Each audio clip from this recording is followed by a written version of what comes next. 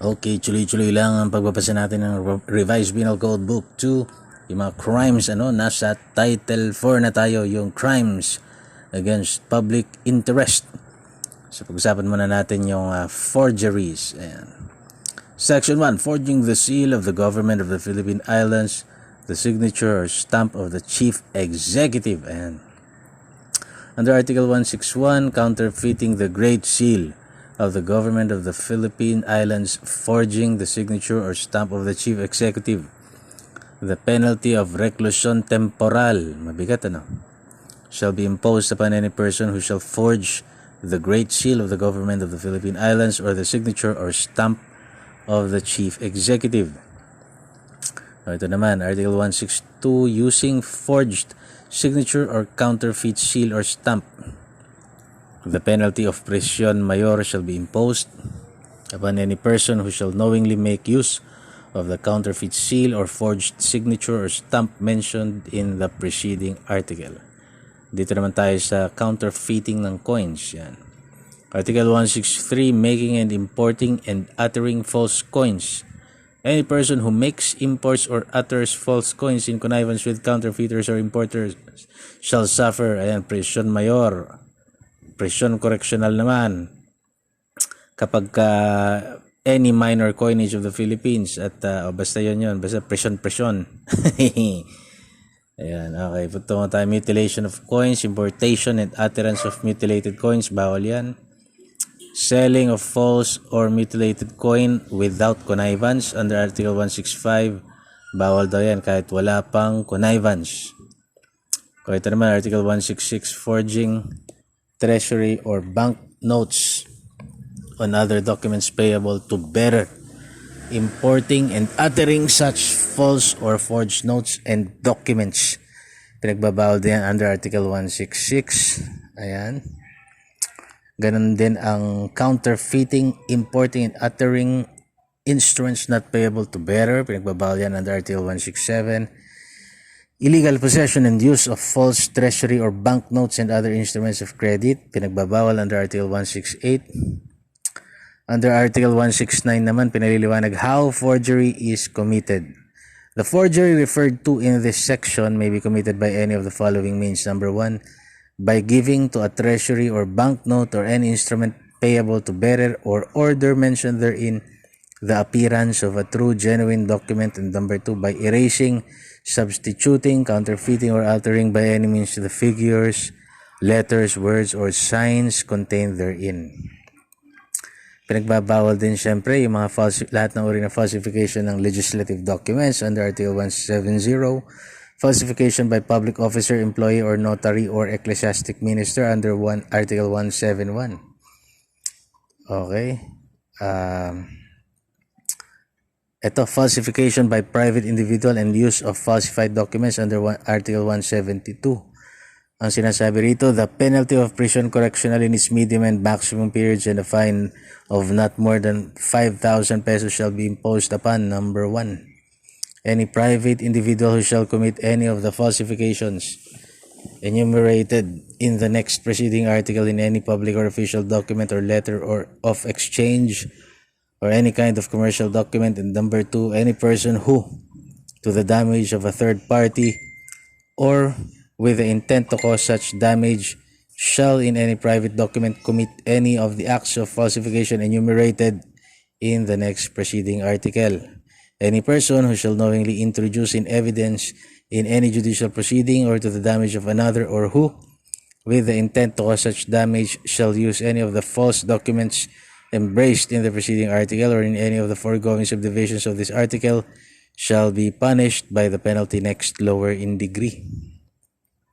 Pinagbabawal din yung falsification of wireless cable, telegraph, and telephone messages and use of said falsified messages under Article 173. Pinagbabawal din ang falsification of medical certificates, false certificates of merits of or service under Article 174. Ng public officer or physician or surgeon, yan. Using false certificates, yan, under Article 175. At under Article 176 naman, yung manufacturing and possession of instruments or implements for falsification ay pinagbabawal. Magtungo na tayo rito sa Chapter 2. Ito medyo common ito. Kaya subukan natin basahin yung mga common. Under Article 177, yung usurpation of authority or official functions. Yan. Any person who shall knowingly and falsely represent himself to be an officer, agent, or representative of any department or agency of the Philippine government or of any foreign government, or who under pretense of official position shall perform any act pertaining to any person in authority or public officer of the Philippine government or any foreign government or any agency thereof without being lawfully entitled to do so shall suffer the penalty of prison correctional in its minimum and medium periods. Under Article 178 naman, using fictitious name and concealing true name, pinagbabawal din yan. Penalty of arresto mayor and a fine not to exceed 500 pesos. Under Article 179, illegal use of uniforms or insignia. The penalty of arresto mayor shall be imposed upon any person who shall publicly and improperly make use of insignia, uniforms, or dress pertaining to an office not held by such person or to a class of persons of which he is not a member. So, kunwari, ikaw ay nagsuot ng damit na tanging polis lamang ang nagsusuot. Okay, tungo naman tayo sa false testimony. Yan. Iba-ibang uri ng false testimony. So magtungo tayo Article 180, false testimony against a defendant. So any person who shall give false testimony against the defendant in a criminal case shall suffer, number 1, penalty of reclusion temporal if the defendant in said case shall have been sentenced to death. Number 2, the penalty of prison mayor if the defendant shall have been sentenced to reclusion temporal or reclusion perpetua. Number 3, the penalty of prison correctional if the defendant shall have been sentenced to any other afflictive penalty, and the penalty of arresto mayor if the defendant shall have been sentenced to a correctional penalty or a fine or shall have been acquitted. Yan. So hindi ka pwede magsinungaling na mag-witness ka, tetestigo ka laban sa isang akusado sa criminal case na hindi naman totoo yung mga pinagsasabi mo. Article 181, false testimony favorable to the defendants, bawal din yan. Article 182, false testimony in civil cases. Ayan, pwede kang makulong. You can suffer the penalty of prison correctional in its minimum period and a fine not to exceed 6,000 pesos. False testimony in other cases in perjury and solemn affirmation, bawal din yan under Article 183. Offering false testimony in evidence, bawal din yan under Article 184. Krimen yan. So magtungo tayo sa Chapter 3, mga frauds. Ayan, yung mga machinations, monopolies, and combinations. So, hindi ko alam kung machination ba to o machination. Article 185, machinations in public auctions.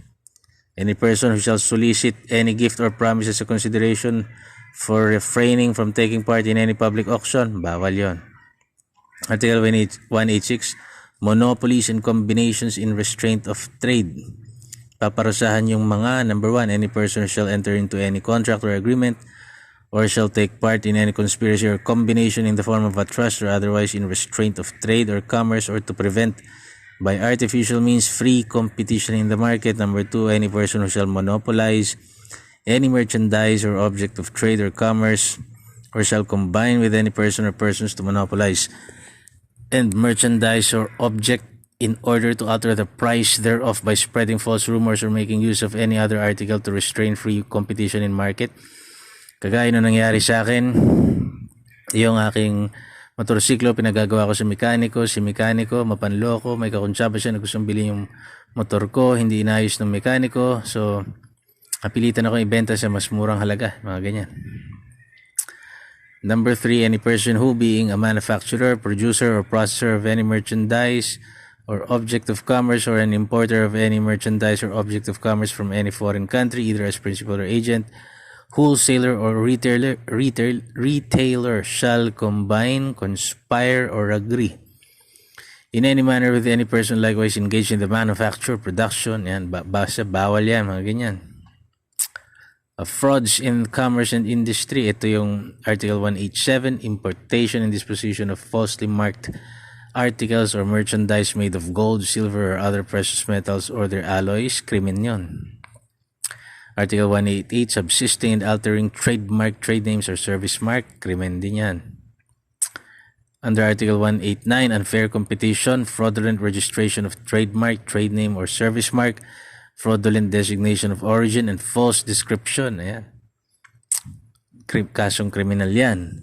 So, pwede ka nang makasuhan under the Intellectual Property Code. Pwede ka pang makasuhan under the Revised Penal Code, no? Okay, skip na natin to, itong Title 5, kasi meron yung about drugs, meron na tayong Dangerous Drugs Act. Yan. Okay, magtungo na tayo. Bagong title na naman to, Title 6. Pag-usapan naman natin yung crimes against public morals. Okay, so ang chapter 1 ng crime against morals, no? Gambling and betting. So Article 195, ano ba yung mga what acts are punishable in gambling? Letter A, the penalty of arresto mayor or a fine not exceeding 200 pesos, and in any case of recidivism, the penalty of arresto mayor or a fine ranging from 200 or 6,000 pesos shall be imposed upon any person other than those referred to in subsections B and C who in any manner shall directly or indirectly take part in any game of monte, jugueting, or any other form of lottery, policy, banking, or percentage game, ayan, mga dog races, or any other scheme. Ayun. Tapos ang resulta depends wholly or chiefly upon chance or hazard. Ayan, bawal yan.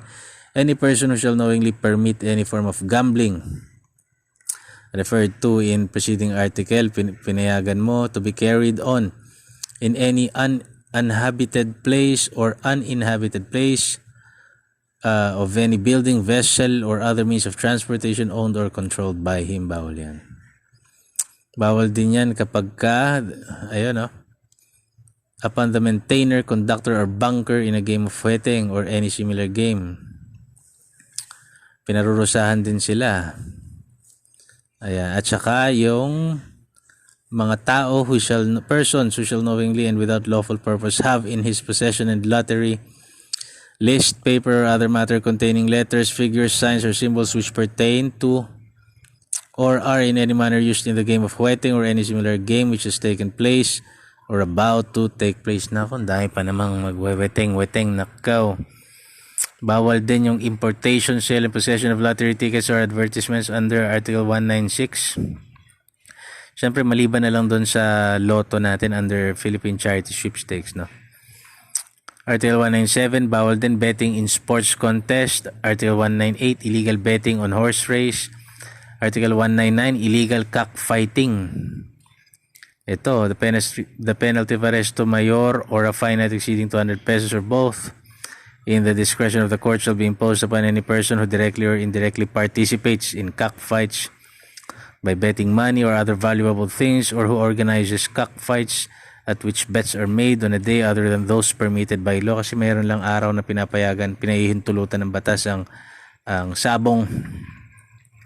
And any person who directly or indirectly participates in cockfights at a place other than a licensed cockpit. Okay, tungo naman tayo sa offenses against decency and good customs. Article 200, grave scandal. The penalties of arresto mayor and public censure shall be imposed upon any person who shall offend against decency or good customs by any highly scandalous conduct not expressly falling within any other article of this code. Okay, Article 201, immoral doctrines, obscene publications and exhibitions and indecent shows. Bawal yan. It shall be the penalty of prison mayor or a fine ranging from 6,000 to 12,000 pesos or both. Such imprisonment and fine, no, shall be imposed upon those who shall publicly expound or proclaim doctrines openly contrary to public morals. Number 2, the authors of obscene literature published with their knowledge in any form, editors, owners and operators of the establishment, yung mga those who in theaters, fairs, cinematographs, or any other place exhibit indecent or immoral plays, yung mga ganyan. Those who glorify criminals, yung mga ganyan. Those who serve no other purpose but to satisfy the market for violence, lust, or pornography, those who offend any race or religion, those who tend to abet traffic in and use of prohibited drugs, and those who are contrary to law, public order, morals, and good customs, yan. And those who shall sell, give away, or exhibit films, printings, engravings, sculpture, or literature which are offensive to morals. Okay, next naman natin, Article 202, yung vagrants and prostitutes. So, ang vagrants daw, okay, ito yung mga vagrants. Number 1, any person having no apparent means of subsistence who has the physical ability to work and who neglects to apply himself or herself to some lawful calling. Number 2, any person found loitering about public or semi-public buildings or places, or trampling or wandering about the country or the streets without visible means of support. Number 3, any idle or dissolute person who lodges in houses of ill fame, ruffians or pimps, and those who habitually associate with prostitutes. Number 4, any person who, not being included in the provisions of other articles of this code, shall be found loitering in any inhabited or uninhabited place belonging to another without any lawful or justifiable purpose. Sino naman yung prostitutes? Yun yung definition ng vagrants, yung 4 na yung banggit natin. So for the purposes of this article, prostitutes are women who, for money or profit, habitually indulge in sexual intercourse or lascivious conduct. Sila yung prostitutes. At they shall be punished kapag napatunayang nagkasala by arresto minor or a fine not exceeding 200 pesos, and in case of recidivism, by arresto mayor in its medium period to prison correction. May parusa, no? May kulong, no? Okay, magtungo tayo sa isang major title, no? Kasi yung mga nabasa natin so far dito sa video na to, hindi sila ganun ka-major. Maliban doon sa mga nagdaan nating video, yung mga crimes against national security, yan, yung major sila. Ito medyo minor lang. Pero ito mabigat to. Kasi these are crimes committed by public officers. Title 7 of Book 2 of the Revised Penal Code. So Article 203, who are public officers? For the purpose of applying the provisions of this and the preceding titles of this book, any person who, by direct provision of the law, popular election, on appointment by competent authority, shall take part in the performance of public functions in the government of the Philippine Islands, or shall perform in said government or in any of its branches public duties as an employee, agent, or subordinate official of any rank or class, shall be deemed a public officer. Okay, so pag-usapan natin yung Chapter 2 under crimes committed by public officers, malfeasance and misfeasance in office. So Section 1, yung dereliction of duty, pag-usapan natin. So Article 204, knowingly rendering unjust judgment. Any judge who shall knowingly render an unjust judgment in any case submitted to him for decision shall be punished by prisión mayor and perpetual absolute disqualification. Article 205, judgment rendered through negligence. Any person who, by reason of inexcusable negligence or ignorance, shall render a manifestly unjust judgment in any case submitted to him for decision shall be punished by arresto mayor and temporary special disqualification. Article 206, unjust interlocutory order. Any judge who shall knowingly render an unjust interlocutory order or decree shall suffer the penalty of arresto mayor in its minimum period and suspension. But if he shall have acted by reason of inexcusable negligence or ignorance, and the interlocutory order or decree be manifestly unjust, the penalty shall be suspension. Article 207, malicious delay in the administration of justice. So the penalty of prison correctional in its minimum period shall be imposed upon any judge guilty of malicious delay in the administration of justice. Okay, Article 208, prosecution of offenses, negligence, and tolerance. So the penalty of prison correctional in its minimum period and suspension shall be imposed upon any public officer or officer of the law who, in dereliction of duties of his office, shall maliciously refrain from instituting prosecution for the punishment of violators of the law or shall tolerate the commission of offenses. Article 209, betrayal of trust by an attorney or solicitor, revelation of secrets. Ayan, kasi sa law on evidence, di ba, merong attorney-client privilege. So, in addition to proper administrative action, the penalty of prison correctional in its minimum period or a fine ranging from 200 to 1,000 pesos or both shall be imposed upon any attorney at law or solicitor who, by any malicious breach of professional duty or of inexcusable negligence or ignorance, shall prejudice his client or reveal any of the secrets of the latter learned by him in his professional capacity. Okay. Ito naman tayo sa bribery, no? Ano yung mga uri ng bribery? Ayan, okay. So, under Article 210, direct bribery. Ayan, direct bribery. Any public officer who shall agree to perform an act constituting a crime in connection with the performance of his official duties in consideration of any offer, promise, gift, or present received by such officer, personally or through the mediation of another, shall suffer the penalty of prison mayor in its medium and maximum periods and a fine, of not less than the value of the gift and not less than 3 times the value of the gift in addition to the penalty corresponding to the crime agreed upon if the same shall have been committed. Ayan. If the gift was accepted by the officer in consideration of the execution of an act which does not constitute a crime, he shall suffer the same penalty provided in the preceding paragraph. And if said act shall not have been accomplished, the officer shall suffer the penalties of prison correctional. Naku po, kulong-kulong sila. In its medium period and a fine of not less than twice the value of such gift. Yun pala, no? Doble, no? Yung ano mo? Doble. Prison mayor, 6 months and 1 year yata. Ay, hindi. At iti-check natin. Nakalimutan ko na yung penalties agad eh. Okay, yun yung direct bribery. Ano naman yung indirect bribery under Article 211?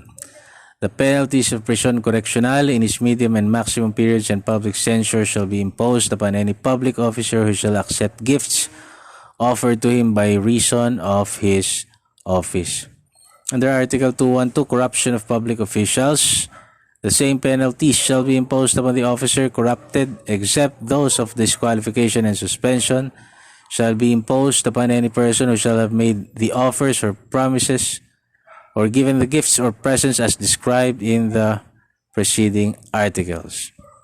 Okay, so Chapter 3, ito yung mga crimes ng mga public officers, yung mga frauds against the public treasury and similar offenses under Article 213. Other frauds, yan, under Article 214. Prohibited transactions under Article 215. Possession of prohibited interest by a public officer under Article 216. Ayan, okay. At magtutungo na tayo sa Chapter 4, yung malversation of public funds or property. Ito mabigat to, medyo common din to.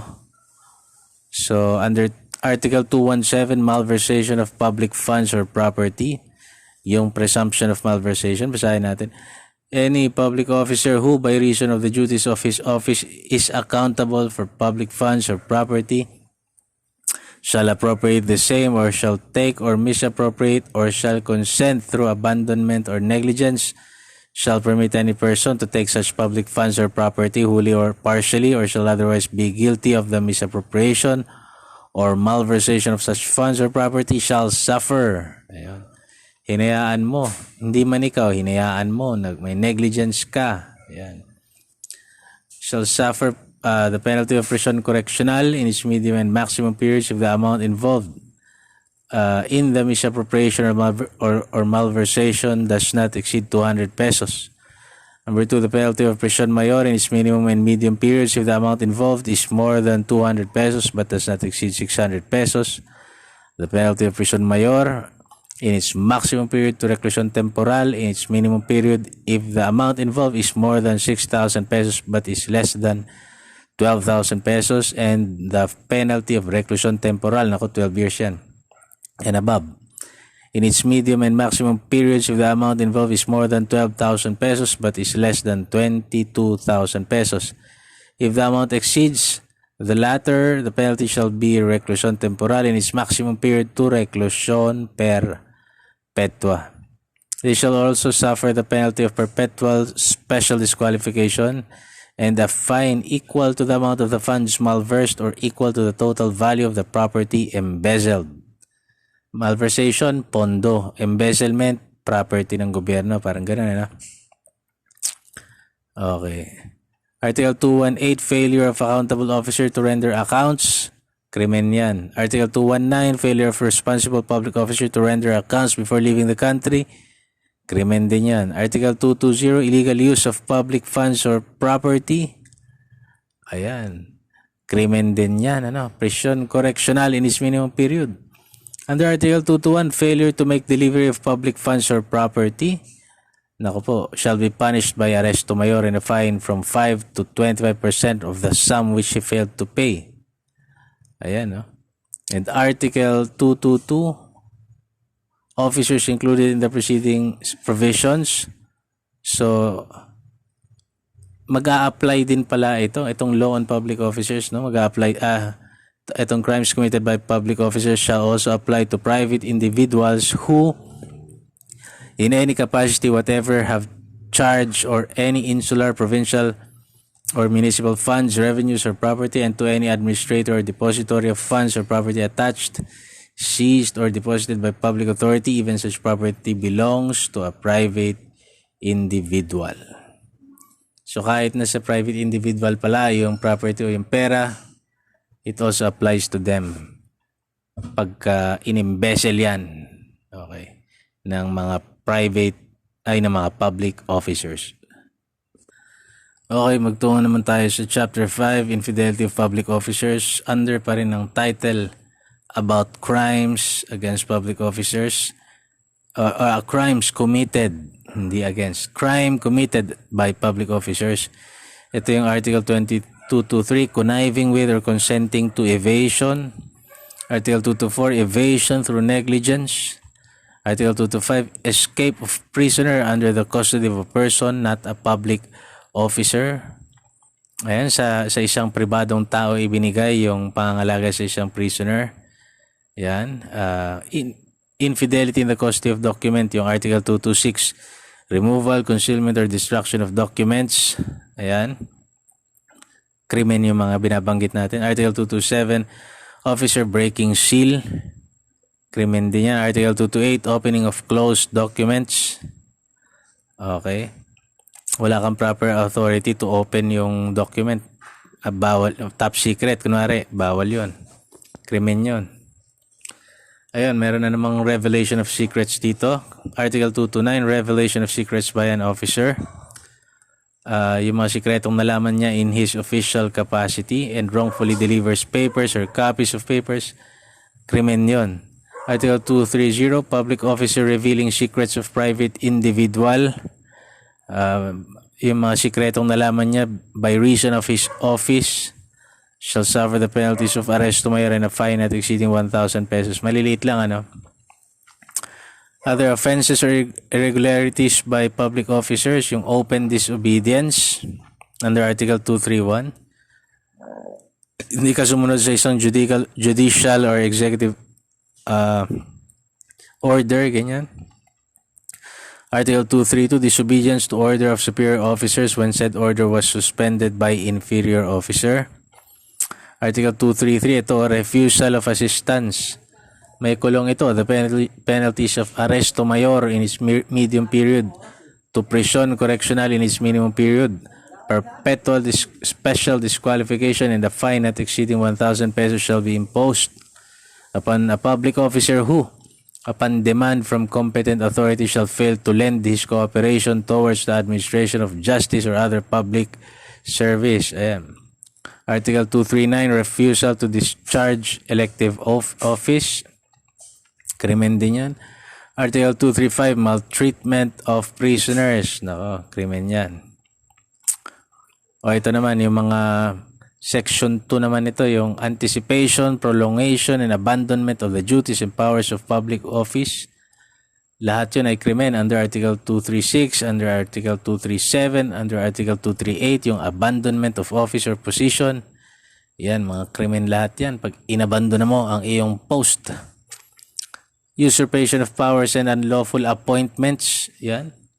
So under Article 239, usurpation of legislative powers. Okay, kapag ang isang public officer who shall encroach upon the powers of the legislative branch of the government, either by making general rules or regulations beyond the scope of his authority, krimen yan. Article 240, usurpation of executive powers. So any judge who shall assume any power pertaining to the executive authorities or shall obstruct the latter in the lawful exercise of their powers shall suffer the penalty of arresto mayor in its medium period, to prison correctional in its minimum period. Article 241, usurpation of judicial functions. Ayan. Under Article 242, disobeying request for disqualification. Article 243, orders or requests by executive officers to any judicial authority. Yeah, so any executive order shall address any order or suggestion to any judicial authority with respect to any case or business coming within the exclusive jurisdiction of the courts shall suffer the penalty of arresto mayor and a fine not exceeding 500 pesos. Yung pinadrino mo si judge, no? Pinapadrino mo siya. Tapos nagsasuggest ka, no? Under Article 244 naman, yung unlawful appointments. Any public officer who shall knowingly nominate or appoint to any public office any person. So, yung nominate, pag no-nominate pa lang or appointment pa lang na unlawful ay isang krimen na. Okay? Okay, magtungo naman tayo sa mga abuses against chastity na ginagawa pa rin ng public officers. Ito naman, Article 245, abuses against chastity. So the penalties of prison correctional in its medium and maximum periods and temporary special disqualification shall be imposed upon number 1, any public officer who shall solicit or make immoral or indecent advances to a woman interested in matters pending before such officer for decision or with respect to which he is required to submit a report to or consult with a superior officer. Number 2, any warden or other public officer directly charged with the care and custody of prisoners or persons under arrest who shall solicit or make immoral or indecent advances to a woman under his custody. Ayun, abuses against chastity yun ng public officers. So kung police ka, no? Meron nakasuhan na lalaki, tapos binastos mo yung girlfriend niya.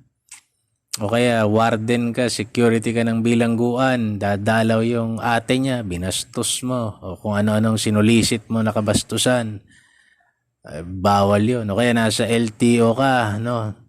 Nahuli yung kapatid niya, asikasuhin ng babae, nung sister niya, binastos mo. Ayun. Crime against public officers yun. Under Section 4, yung abuses against chastity ng public officers.